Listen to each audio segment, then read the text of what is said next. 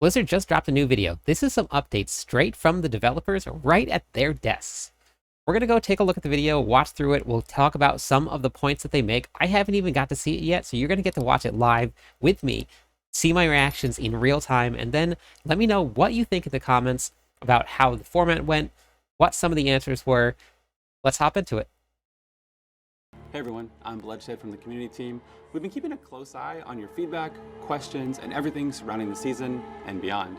So today, instead of me just giving you the answers, we thought it'd be cool to just go out into the Blizzard halls and ask the developer these questions personally right at their desk. So let's go ahead. I really do think this is a really good touch though. Kind of breaks you like into the personal setting of the developers, and you get to ask them right away, and like you get to see their reactions to the questions and stuff and how they like think about and process it. So let's see what this looks like. And kick this off, shall we? So if you've played Endgame, D4 like we all have, you'll notice there's buffs everywhere that I can see. Is there any plan to maybe add a priority system or maybe only showcase? I think what they're talking about is the buffs on your bar, which there are a ton of, and this is something that I would love to see. So hopefully they have some good answers here. Buffs that are important to the player. Yeah, the buff UI on the buff bar is definitely a pain point, I think, in our gameplay loop. Yeah, there's a ton of buffs design everywhere. side. When we're looking to make new effects that might have this kind of trigger, we will also look to add some kind of other visual element. I think Banishlord's Talisman is a unique item that's a pretty good example of that. It has this glow and sound effect on your character whenever it's triggered and it's ready to let you know that it's available. We're definitely going to be looking into doing more things. I completely missed that. There's so many flashing things going on and so many things around your characters. That's a little hard. But I think the sound I might be able to pick up on the sound a little bit then. Like that, as well as updates to the buff bar, just to really make sure that you have all the information you need as a player. So we had the Armory come out. Everybody loves the Armory. Yeah. But could we get everything to switch over, like transmogs, gems, things like that? That's absolutely something we're looking at. The version of the Armory that we released was definitely the first draft of that. And we absolutely wanted to add all of these features, but we really just wanted to make sure that we got that function out as soon as possible. And so over time, we're going to be adding in those abilities to save the gem slots and save the transmogs. That's absolutely something we're looking at making. In towns like the Tree of Whispers. So this is something that we've talked about a lot while we're live streaming. People are constantly talking about more stash space that it needs, more transferring over all of the witch powers for this season, gems, runes, all of that. With live service games, we're getting content out that is going to be beneficial to us, but may not be completely done. That's just the nature of live service games. So, I mean, that's kind of like an insight to how things are getting pushed out to us. So at least it's there. It's coming. We had the first iteration of the Armory. I think that they're going to continuously make this really, really good. Whispers, the Minimap, there's just so many icons. It's kind of hard to navigate sometimes. Yeah, I've noticed that too, especially with the Tree of Whispers, like you said. We updated that in the season, added those new crafters and NPCs in there, and it's kind of cluttered. I totally agree, and that's something I can definitely talk with the UI and the UX team to find ways to improve that, because I agree it's definitely not ideal given the current state. So some builds are great, some builds are not so great. What's the deal? Yeah. What's the deal, Charles? Diablo 4 is a big game, man. Yeah. There's so many. The age-old class balance question. I'm sure this one is probably going to be a pretty big topic over the next couple of weeks. Things going on, right? You got all kinds of legendaries, and you got skills, and you got classes, you got Paragon. There's just naturally going to be some outliers sometimes. Some things are going to be strong, some are going to be weak. We're working really hard to make sure that it's the best possible, but it's a hard job. Yeah, sometimes you have like one random key passive that you're like, oh, that's a multiplier. Yeah, and we want to add in brand new stuff every season that's flashy and exciting, and sometimes that misses the mark. Sometimes we're so excited about making this thing cool, we tune up the numbers just a little too high. Class balance is always... You got to see that happening with earthquakes. Even the earthquakes that are out there right now have been nerfed from the PTR. They were even stronger on the PTR. They realized they had overtuned it. They pulled it back. Who knows? We might see it getting pulled back even more.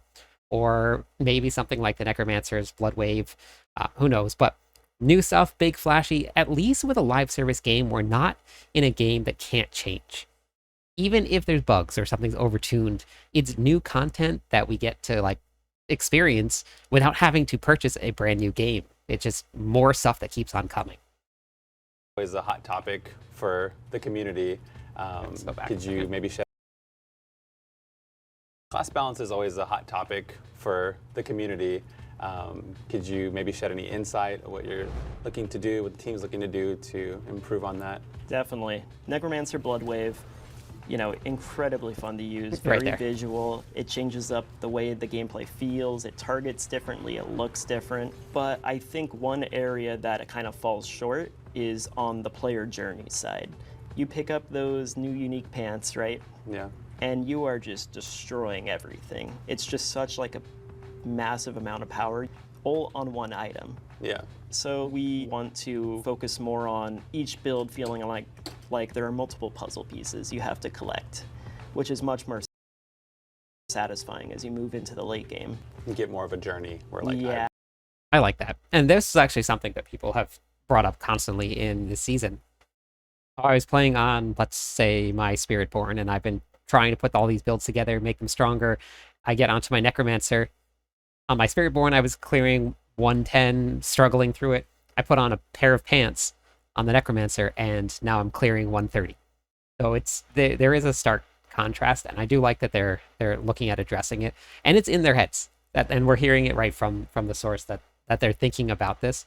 I love puzzle pieces and putting builds together that need a whole bunch of different working things to make it work. So I do like this. I've done this, now I can accomplish Exactly. this thing. Yeah. Exactly. I have a little fun thing. Do you want to play a word association game? Sure, why not? Yeah. Barriers. Barriers. What is it associated with? Anger, frustration. Game design is messy, and we are always experimenting with new things, and we put a lot of barrier in this season. Like, we love certain things about the barriers, but we're going to bring them back, and they're going to be a little bit more tuned, a little bit refined. Yeah, a little more refined. Yeah. All right. So I don't know about you guys. Side note, when I first started this season, I was all gung-ho. I hopped right into hard mode. I ran over to that first boss, that first seasonal boss, not expecting the barriers to be there. I died. Very start of the season, day 1, hour 1. Went back, killed it on hard after, but that was a very, very shocking thing. So the barriers, I was good that they're tackling them, because those barriers are definitely, especially when you're getting started, were definitely challenging. serious question. Okay. The Obal vendor. What the hell? Oh, Yeah. Yes. So for real. we're constantly rebalancing, the economy and trying to make it as satisfying as possible. And I think we unfortunately way overshot the Obal vendor in Season 7. We want to make sure that the Obal vendor is something that feels really good to engage with. And we also want to make sure that whenever you do end up going and dumping all of your Obals into the Gambler, that you walk away with, feeling satisfied. And we want to make sure that the Gambler's coffers are overflowing with wondrous items once again. Maybe we'll go into a little spicy question. How about a loot filter? Yeah. So Okay, before loot filters. We talked about this so much on stream the other night. In the previous season, the Obal vendors was way overtuned. This season, incredibly undertuned. And hopefully, and we were talking about this a lot, hopefully that we find a nice, happy medium between the two. And then, obviously, it's right here, right from the source. They're thinking about doing it, and it definitely is undertuned. All right. Hot topic. Loot filters, I guess, are coming up. the way that we think about loot in Diablo 4 right now is that we want you to basically use like every part of the animal. And what I mean by that is when you find loot, when you find legendaries, even if you don't plan to use them, we want you to be able to salvage them and for that to flow into the economy of how you're interacting with systems and like the blacksmith and the enchanter and all the different crafters. And so we want those drops to be valuable to you regardless of. I want to get myself a name tag like this. Wonder if they'll make one for me. All right, sorry. Their context or their position. And we won't ever say never to a loot filter wholesale, and that's something that we want to hear people's feedback from the community on all the time, and I think that's really important. But right now, that's kind of how we're thinking about it. So another thing players have asked is more ways. Personally, and this is my personal opinion, and I know that sometimes it's an unpopular opinion, I don't like the loot filter system. I know that they have already scaled back how much is dropping. They changed it so that a lot of the stuff already converts. And I know a lot of people would like to not pick up the legendary gear and go back and salvage it. But it is a part of the game, and it's been a part of like Diablo games forever. Loot filters for me, I've played a game before where I hopped into it, I started playing, I plugged the loot filter into it, and then everything that dropped I knew was exactly something that I needed. And it completely killed the game for me. I never went back and played it again. So I like the randomness. I like having the chance for something to be good. So for me, I'm hoping that if they do add a loot filter in, maybe it has an option to be turned on, or maybe it's not quite that level where you know exactly what's dropping and it is something that you need for your class that is going to be guaranteed good, and then you just leave the rest of it.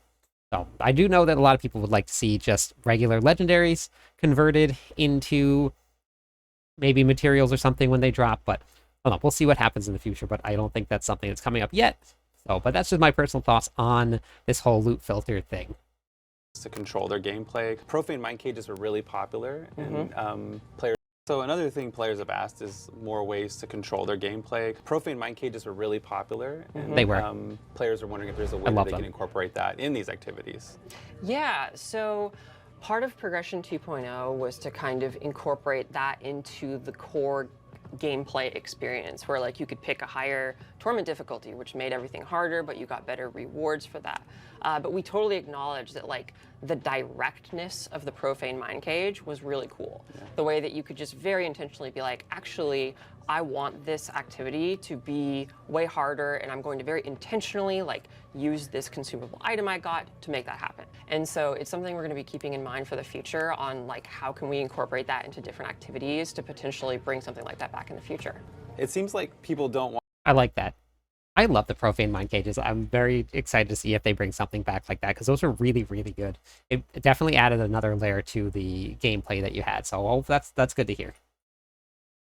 It seems like people don't want the seasonal mechanics to disappear.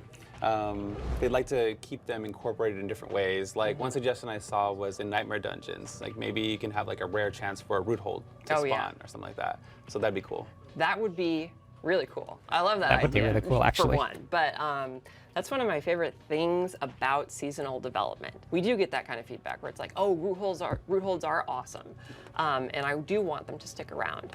We're going to continuously be developing seasons with bringing back content in mind, and that kind of applies across the whole game. Like when an activity lands and people are like, this is sick, we don't want to limit ourselves from like ever seeing that again. So yeah, it's not impossible that root holds could come back. It's not impossible that any future seasonal activities come back either. That's all for today. If you're craving more Diablo news, you won't have to wait too long, since our upcoming live stream is just around the corner, where we'll be showcasing what to expect on the PTR. Shout out to the community for asking these questions, and big shout out to the developers for letting me crash their space a bit. But that's all for today. We'll see you in Sanctuary. All right, well, that's it.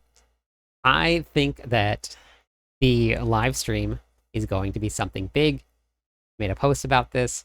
The feeling, how they tackled the season, I cannot put nothing tangible on it, but it feels like something big is going to be dropping. I really like the way that this video went. I like the direct feedback from the devs. I'm very excited to see what comes up in the future. I absolutely have been having a blast this season. I've been playing Diablo 4 since the game launched, and I have had a ton of fun the entire time. So I'm very excited to see what Blizzard brings. Let me know what you guys think. I'm live every night. I would love it if you stopped by, said hi, theory crafted with me. Catch you on the clip side.